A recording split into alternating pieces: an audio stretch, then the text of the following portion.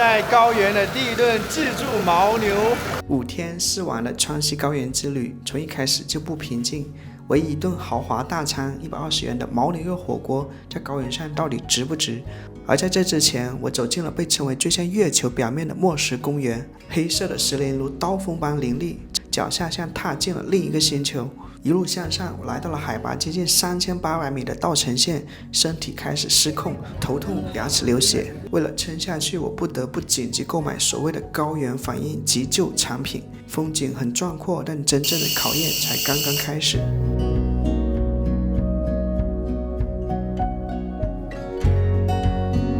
早上8点40分，来到海拔3560多的莫什公园。异域星球啊，莫什公园的标签就是酷似外星球的表面，所以这里是很多这种星球写真的一个取景地吧。来到了酷似异域星球表面的莫什公园。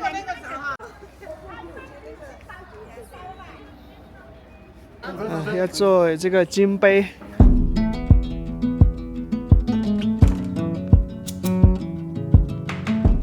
这次在高原旅行，导游很多次的强调，千万不要在高原洗澡，千万不要在高原洗澡，是因为在高原洗澡呢，一是有感冒的这个风险，那么在高原感冒呢是很严重的，有可能得肺水肿、脑水肿这些高原疾病。低氧的环境下，一场看似普通的感冒可能会被放大，所以连续几天我都是没有洗澡，所以显得有些不修边幅。又因为早上起来太早了，就是5点多就起床，就洗了个把脸，就甚至连胡子都来不及刮就出门了。所以如果你看到在后面的影片我胡子拉碴的，那也是。Stick with me and I will guarantee You're never lost among the crowd with me. Never lost among the crowd with me. Everywhere you go, I'll be. 在这里看到的这个雕刻在这个石碑上的文字，就是“哦玛尼贝贝吼”。这是藏传佛教最广为人知的6字真言。它与慈悲精神密切相关，被认为是观世音菩萨的心咒。行走在藏地，我们总会与这6字真言不期而遇。它刻在风吹日晒的玛尼石上，回荡在转动的经筒之间，也飘荡在猎猎作响的经幡之中。这6个音节跨越岁月与山河，承载着人们对慈悲、平安和信仰的向往。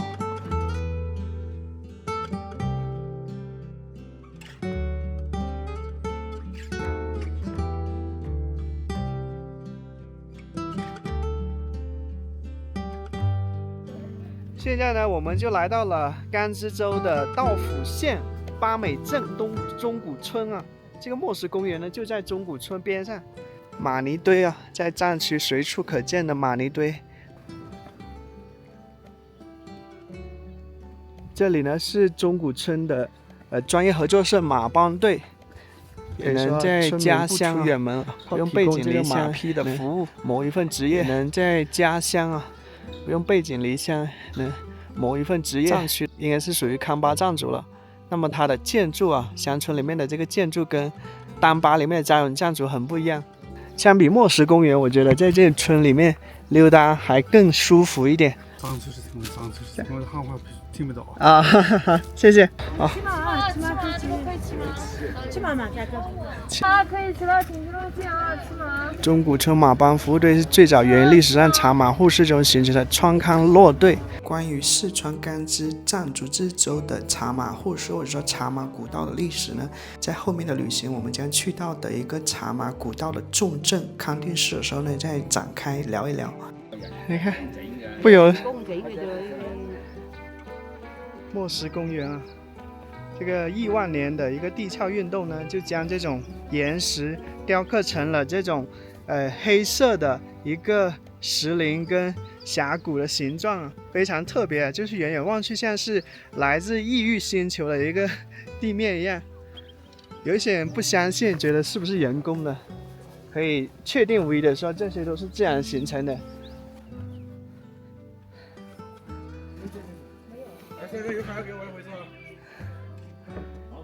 有点小爬坡，有点喘，起码可以看到野生的土拨鼠。120元一个。骑不骑马？不要骑马，这个。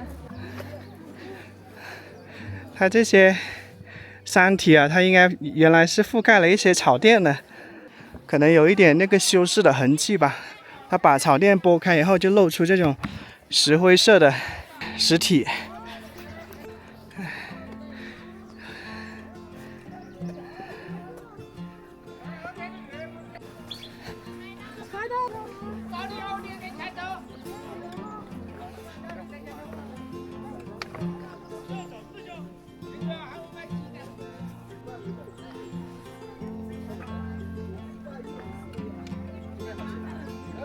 黑褐色的石林跟峡谷啊，如刀削般。大家看一下这个山体是什么质地的啊？这山体摸一下，它是这种像是石灰的一个。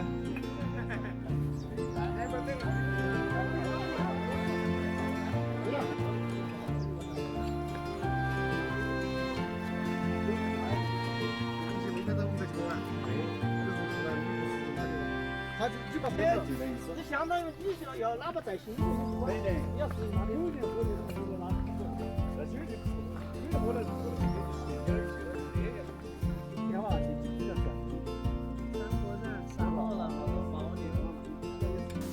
在川西北高原的藏区行走时，我们会看到在路旁、垭口或者神山脚下一座座由石头垒成的玛尼堆。对于很多藏民来说，它并不是普通的石堆，而是一种信仰跟祈愿的寄托。人们会捡起一块石头，轻轻放上去，寄托平安、祝福与敬意。也正因为如此，咱们呢可以添上一块石头，却不能随意搬走或者破坏已经堆好的玛尼堆，因为堆起的不只是石头，更是无数人的心愿、信念以及对自然和神山的敬畏。还有英语、日语跟韩语、中文4种语言。末时神泉。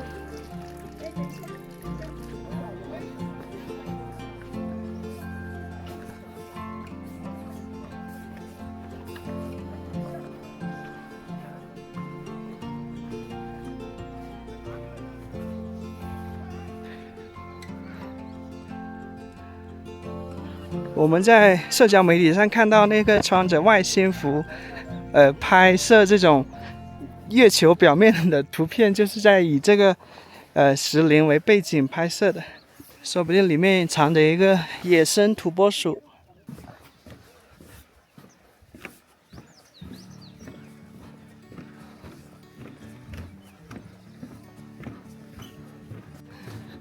望见穿空。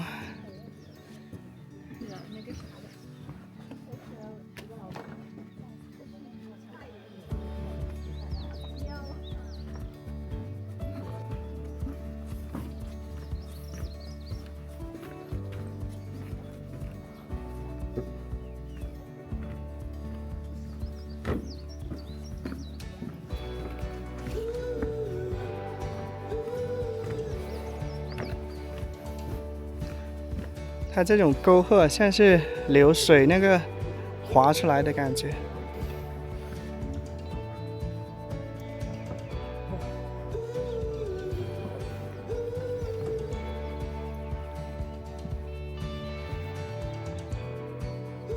要是土非土，是石非石啊！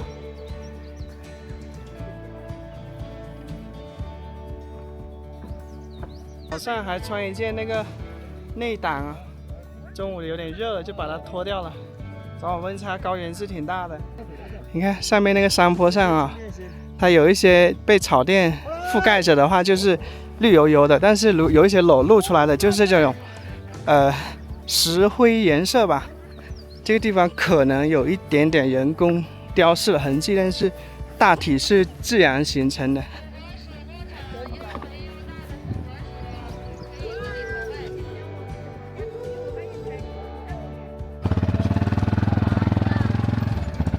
此生必驾318，异域星球，海拔3580米。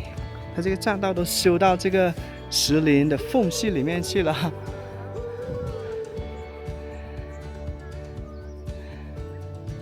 也许未来啊，随着这种星际旅行越来越商业化、越来越普遍，可能越来越多的这些普通人嘛，也能穿上这个宇航服，太空遨游啊！希望我能活到那一天。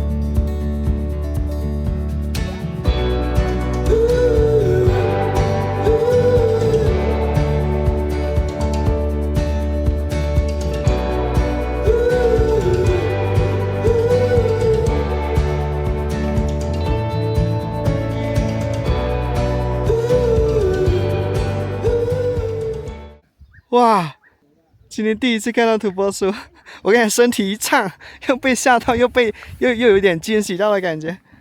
这是我此次川西高原之行第一次看到土拨鼠啊！对，来，往这边，哎，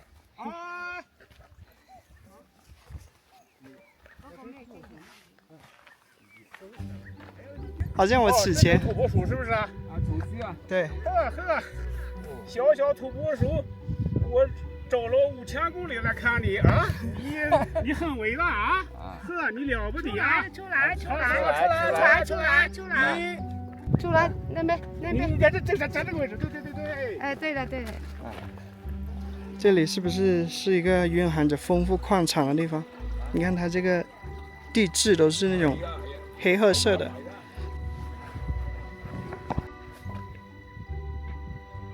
这些就是古冰川。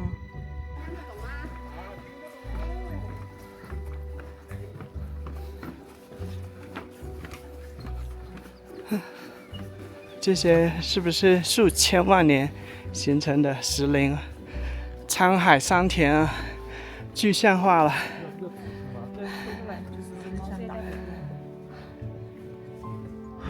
那个越野车还能开到里面去。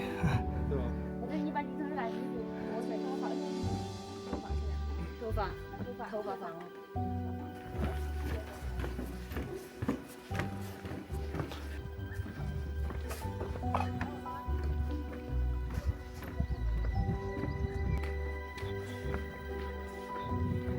你看这些山体的土壤或者说岩石都是黑色的。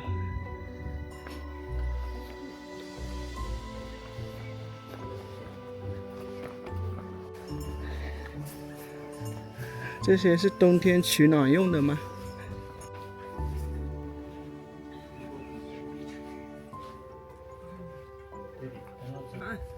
来了就好，寒食。来了就好，拍个视频嘛。这突然凸起一块尖锐的巨石，像什么造型呢？像是山羊仰天长啸的感觉。先往出口方向走，大巴也停在出口了。站住了女士，有客人经过的时候揽客，没客人经过的时候加西德勒。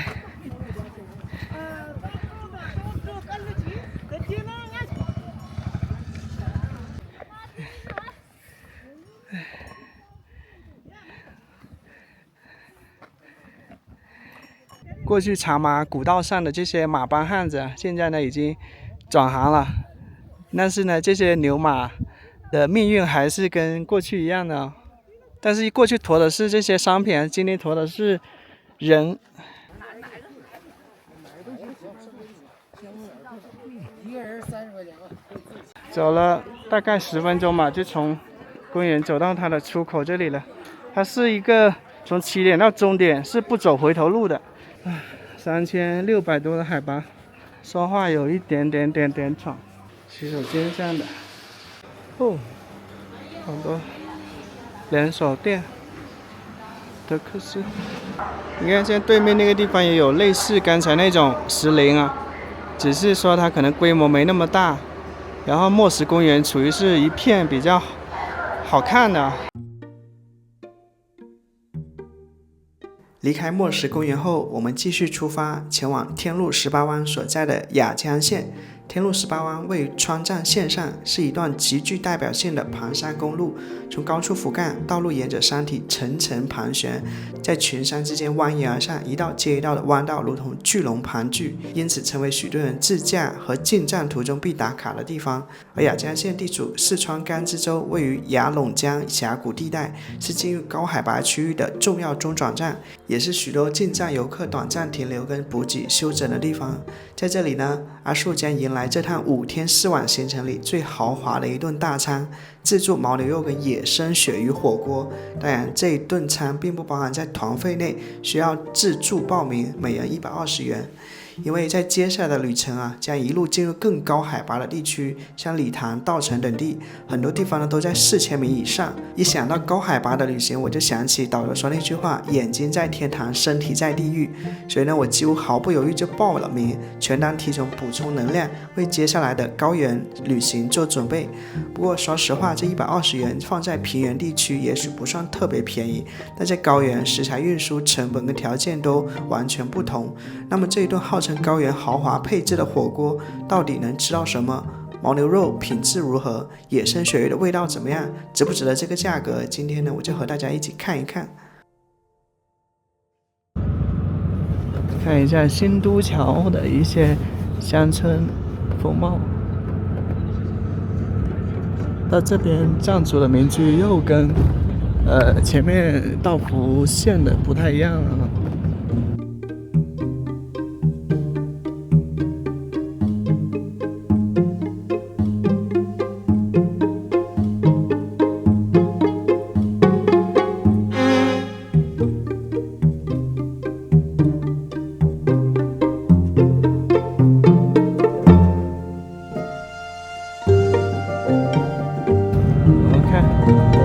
上也用白色写着一些藏族经文，是不是也是欧玛尼贝贝后？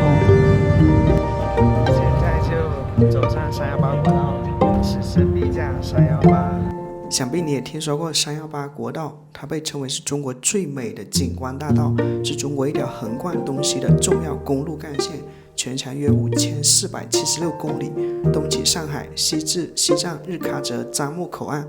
它穿越的地貌极其丰富，从长江中下游平原一路进入四川盆地，再翻越横断山脉，最终抵达青藏高原，因此被很多自驾爱好者跟这种徒步爱好者、骑自行车的爱好者称为进藏天路。其中最经典、最具旅行意义的一段就是四川成都到拉萨的川藏南线，这一段集中了雪山、峡谷、草原、冰川、湖泊等多种极致风景，比如折多山、理塘、羊屋湖、林芝等地。好深的峡谷啊！下面一条小公路啊，这个施工作业的车辆来来往往。这刚上318国道。可能也就10多分钟就堵车了，在车上坐了10多分钟啊，还是依然堵着。318国道不愧是此生必驾呀！不知道堵了多长，航拍的话，我感觉应该是应该是有几公里了。从这里看过去，都是堵着的。那大货车也好，自驾车也好，一些人只能苦中作乐。哦呦，这是一个悬崖峡谷啊！下面正在施工的是高尔寺山隧道1号斜井，基建狂人，这施工队住的这个房子。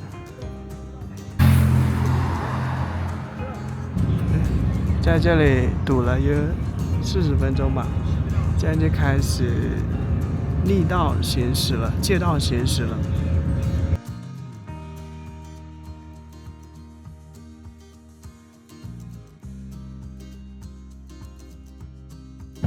现在是进入到雅江县了。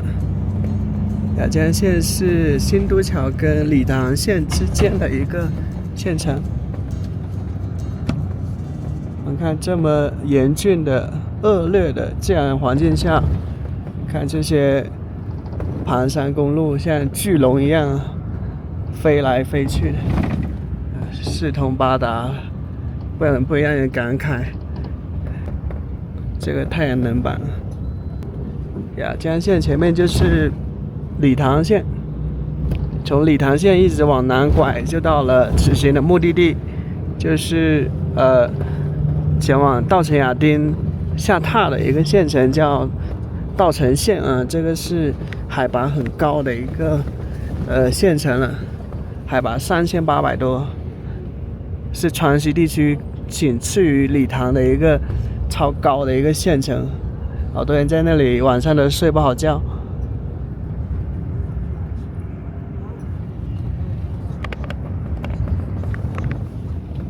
这峡谷里面溪流长长，这些公路转圈圈，桥梁横跨，这可是横断山脉深处的一个很偏远的山地了，都有这么繁忙的景象，这在几十年前根本无法想象。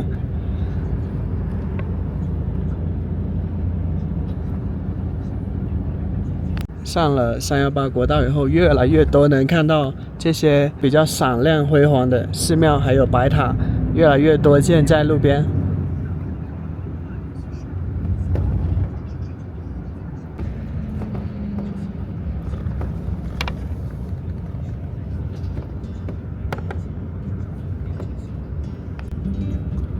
能源的饭碗一定要牢牢掌握在自己的碗里，自己的手上。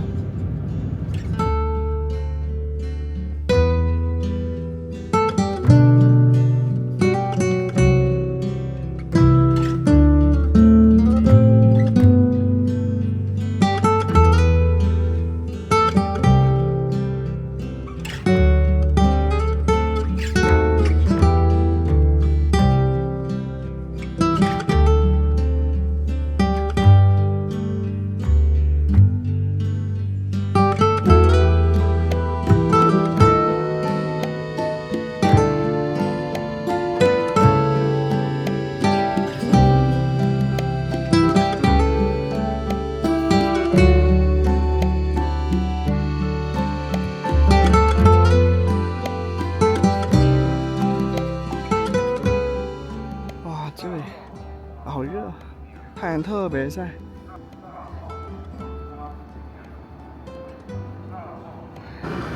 这是这5天4晚最豪华的一顿大餐啊，吃到在当地才能吃到的这个大量的新鲜的牦牛肉跟鳕鱼啊。导游说在别的地方不可能吃到这么新鲜的，但是加了钱的，120块钱一个人。这就是牦牛肉啊。五花肉、南瓜片，这就是鳕鱼吧，高原的鳕鱼。在车上导游是这样介绍这一顿豪华火锅餐的，他说是有新鲜的牦牛肉跟鳕鱼。坦白说，我不知道这个鳕鱼是什么鱼啊，肯定不是这个海洋里面那种鳕鱼啊，因为这里毕竟是内陆嘛。所以如果你知道的话呢，欢迎留言跟我分享。这个是牛羊肉鳕鱼，都是可以随便吃，吃多少拿多少，自助餐啊。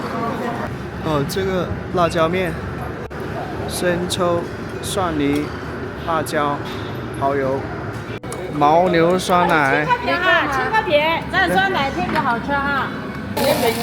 这个火好大，这个油溅的手都。在高原的第一顿自助牦牛火锅。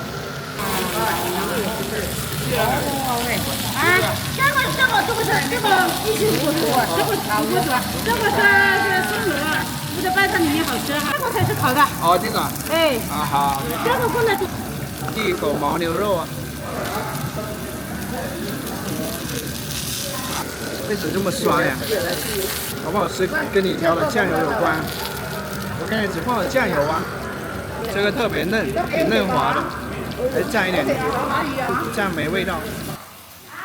只有我们这一个旅行团的3桌，这个是烤的五花肉。可以的，可以的。这是青稞饼跟酸奶。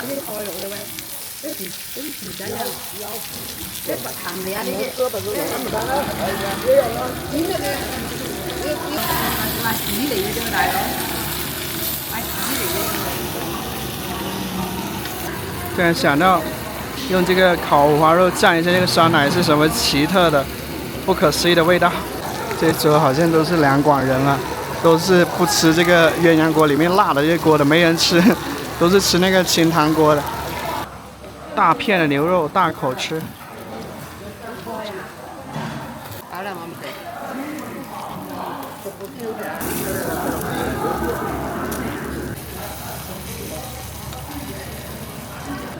还挺嫩的，这个刺也不多，不错，这个鳕鱼。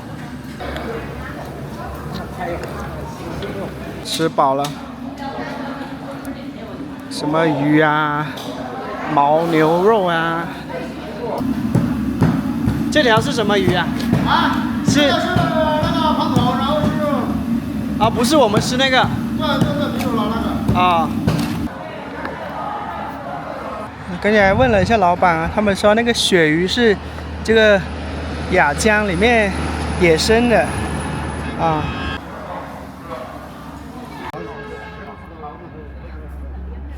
山路18湾，这里的标签是18湾，那边18湾客栈。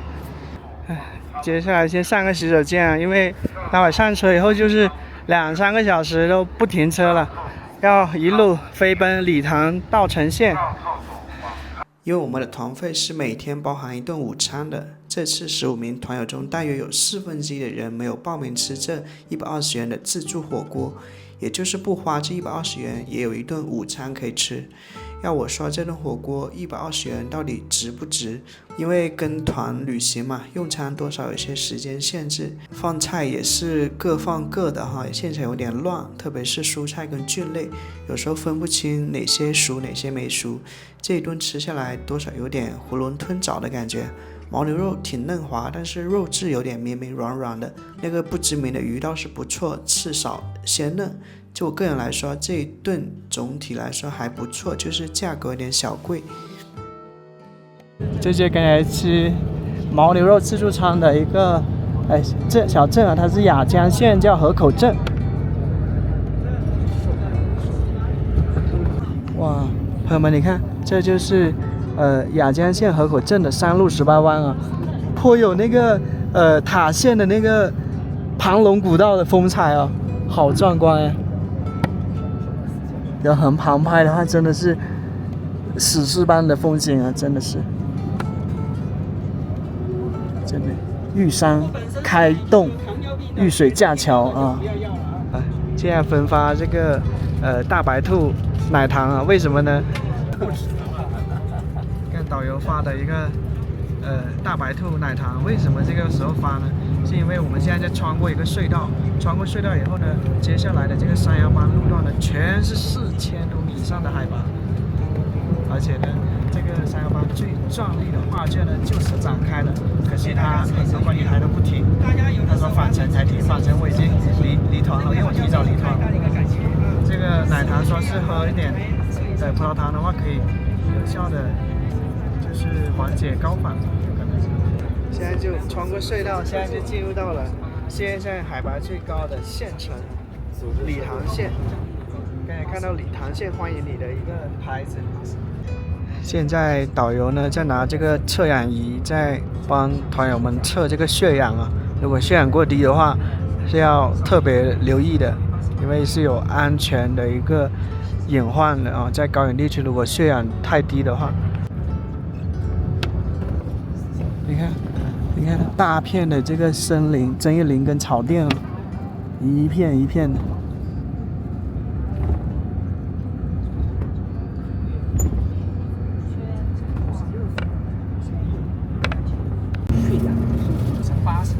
80多啊，80，这偏地区97、98。我的血压能达到89%，还不错，还不错。好多人我看都是70多的血压。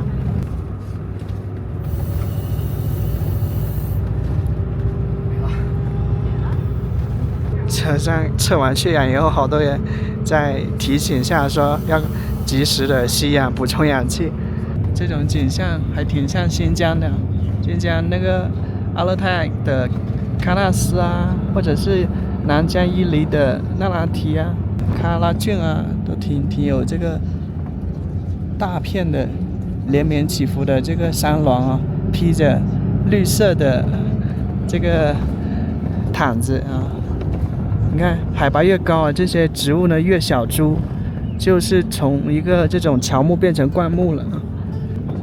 哇，你看那个远处高大的那个山脉，层峦叠嶂啊，这就是横断山脉，这就是青藏高原东南缘的一个东南边缘的一片山区。此生必驾的318，比如说我们刚刚上了318之后，就非常头疼的，就让我们堵车了，对不对？此生必驾318，堵到半路想回家的就是318啊。所以说这个7、8月份最好不要来，马上高考一完了之后，全国的私家车的牌照在这条线上都看得到。但是呢，这个为什么那儿写一个上海？318的起点在哪里？就是上海。终点站在哪里？你看这。西藏市喀则，因为我去过。西藏市喀则和宁库尔交界的一座桥叫做友谊桥，全长5476公里。为什么此生必驾318讲的是四川段的这一段318？因为此生必驾的318最精彩的路段就是四川段的2416公里。从成都、雅安那个地方这是记录我们这个车地方。所以说你会发现在这条线上有没有骑自行车进站的？为什么从四川到西藏这一段是最精华的？因为如果你摊开卫星地图看的话，你会发现这一段就是横断山脉的一段这个318路段。那么两岸是高山峡谷、雪山草原，汇聚了中国可以说是最壮丽的地貌之一啊。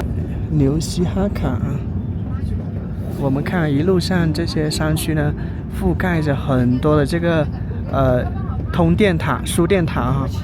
如果说在偏远地区的山区的话呢，看见那么多的这个输电塔，可能不足为奇。但是你知道吗？在高原上修这种，在平均海拔4000多米的高原上山区修建这些输电塔的难度非同一般啊！因为这边的含氧量只有平原地区的60%左右，特别是冬天啊，这个缺氧的程度很高，而且这种山脉又是非常陡峭的一个峡谷，修建难度可见一斑啊。但是即便是这么困难恶劣的条件，你像整个川西北高原乃至青藏高原啊，它的这种5G 信号呀，它的这种电网呀，它这种高速公路呀，都是覆盖的很全面的。由此可见啊，这种基建狂人不是白叫的。318国道，如果你走一趟就知道。我们现在是走在318国道路段，就是雅江县到这个理塘县的这一段。我们看一下的海拔，还没到理塘啊，这个海拔4255米啊。你看，像这个海拔4000多米以上的山区呢，依然有5G 信号。来一首318必听的《像风一样自由》吧。哒哒哒哒哒哒哒哒哒哒哒。我像风一样自由，就像你的温柔无法挽留。你推开我伸出的双手，你走吧，最好别回头。无尽的漂流，自由的渴求，所有沧桑独自承受。我给你温柔，你拒绝接受，我给你双手，真实的感受。我给你自由，记忆的长久。我给你所有，但不能停留。我像风一样自由。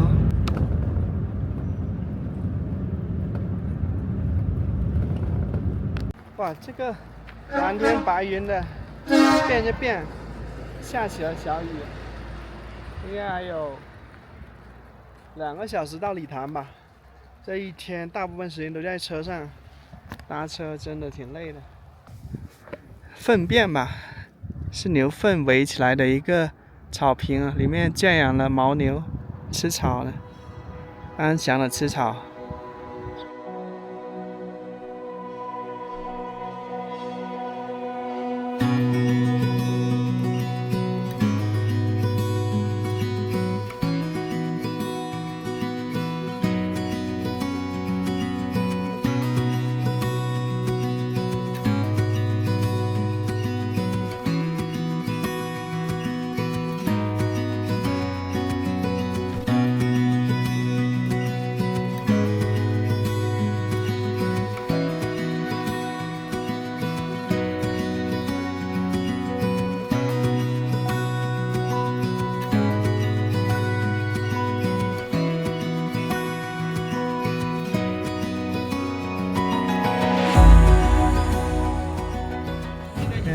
在航拍了几分钟，在那里，然后导游说上来了，然后呢，我看大家都上车，我就小跑，回到车上就发现有点头痛，在高原还是要慢。朋友们，我们来到了世界海拔最高的这个县城，也叫世界之城，也就是我此行最重要的目的地。但是今天我还不能下来啊，我还要跟着这个旅游团继续再玩2个晚上。后面呢，我会提早离团。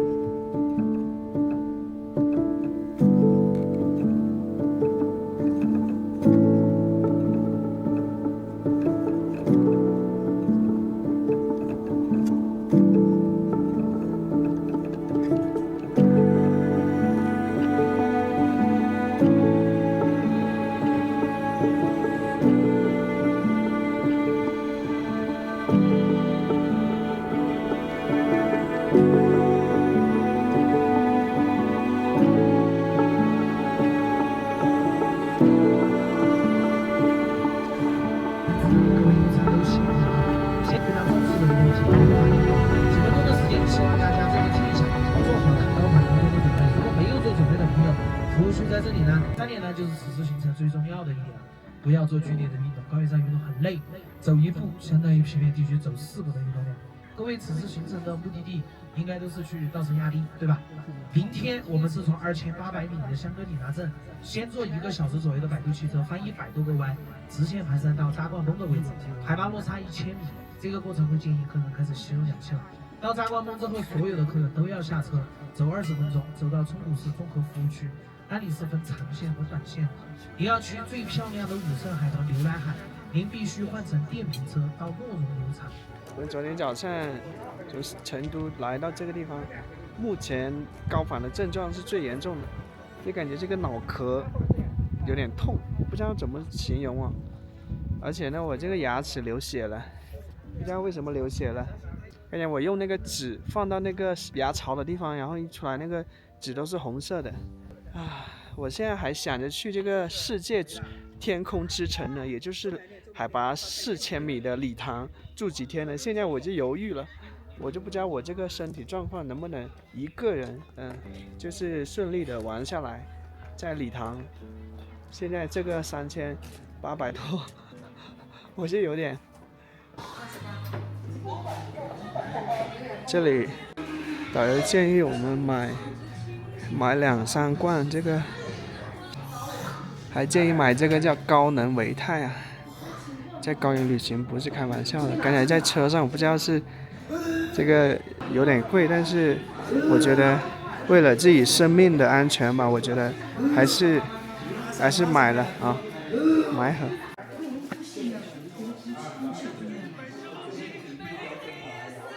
一共206啊。温开水有温开水。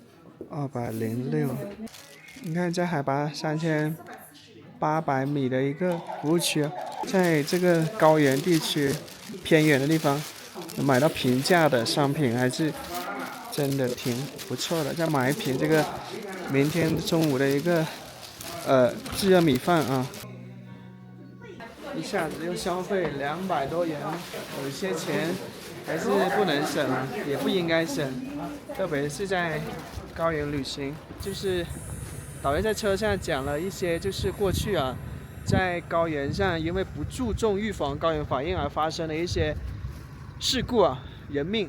所以我感觉车上的人听了每个人都恨不得就跑到下车来去买那个高能维泰啊，买好多罐那个氧气啊，就是这个时候就没有人想要省钱了，就是保命是最重要的。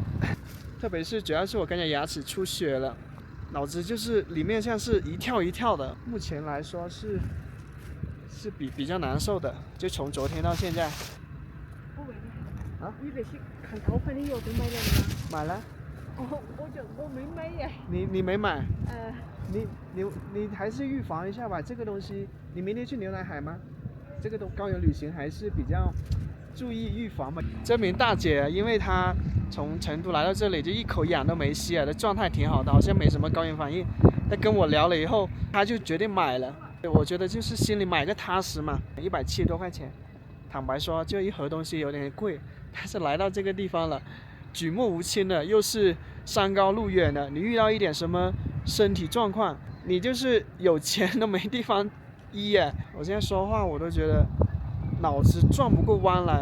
我好像每个人都买了那个178元的高能维泰啊，我就买一盒。见人是听天命吧，就是我该做的努力我就做了。请问这里是有免费吸氧吗？试一下免费吸氧。你看这个吸氧的房间，这放耳朵里面，放鼻子里吧。然后带上管子，正常呼吸就好。闭目养神，鼻吸嘴吐啊。对。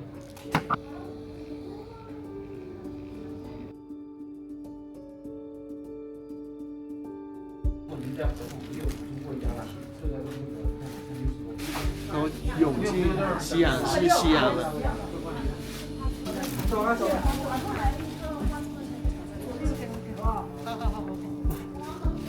走了。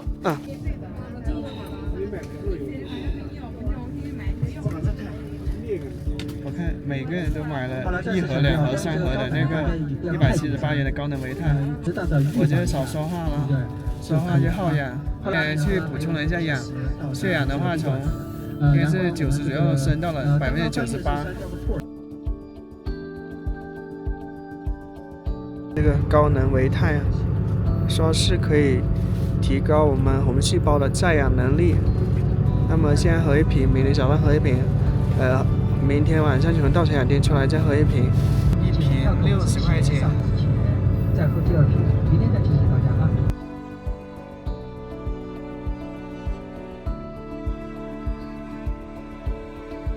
有点像喝那个糖水，但是带一点那个中草药的感觉，不难喝。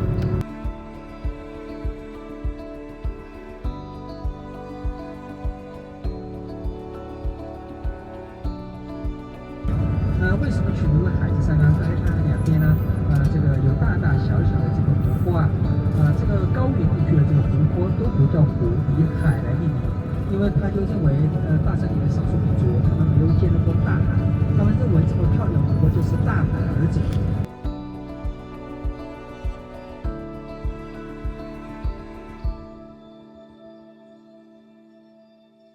海拔4612米。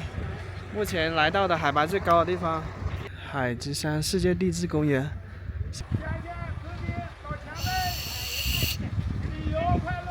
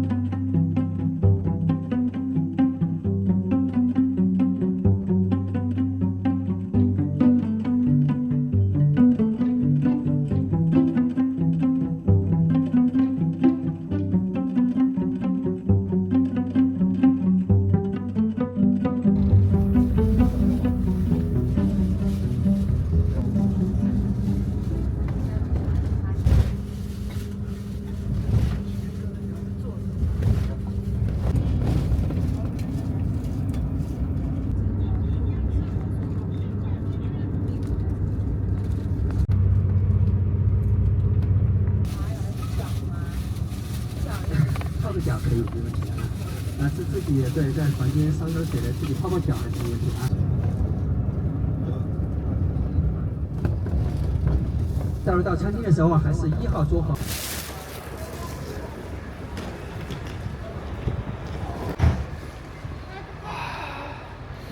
我真的第一次参加旅行团，我感觉好夸张啊！连续2天都是早上5点多起床，然后晚上9点钟到酒店，重点是一天大部分时间在车上，一天开几百公里啊！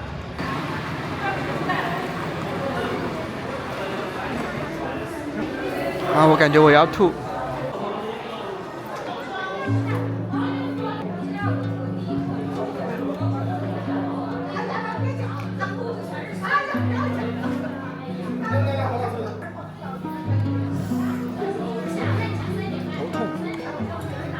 你和你的同伴，还有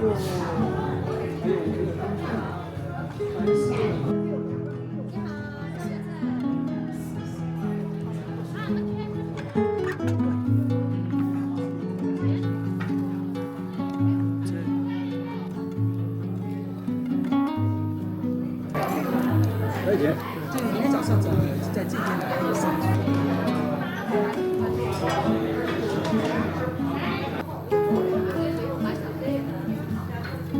他们都吃了走了，每个人都是应付几口，我也是有点吃不下，有点想吐，但是还是要勉强吃一点，一句话都说不出来。你看剩那么多菜，有一个吐了好多次的，他吃不下饭，就把这个馒头打包走了。我发现刚才从车上下来，就一直是戴着这个痛苦面具的，好像头有点又胀又痛又晕，还是要微笑面对啊，安全的熬过今天晚上还有明天。这海拔比拉萨还高。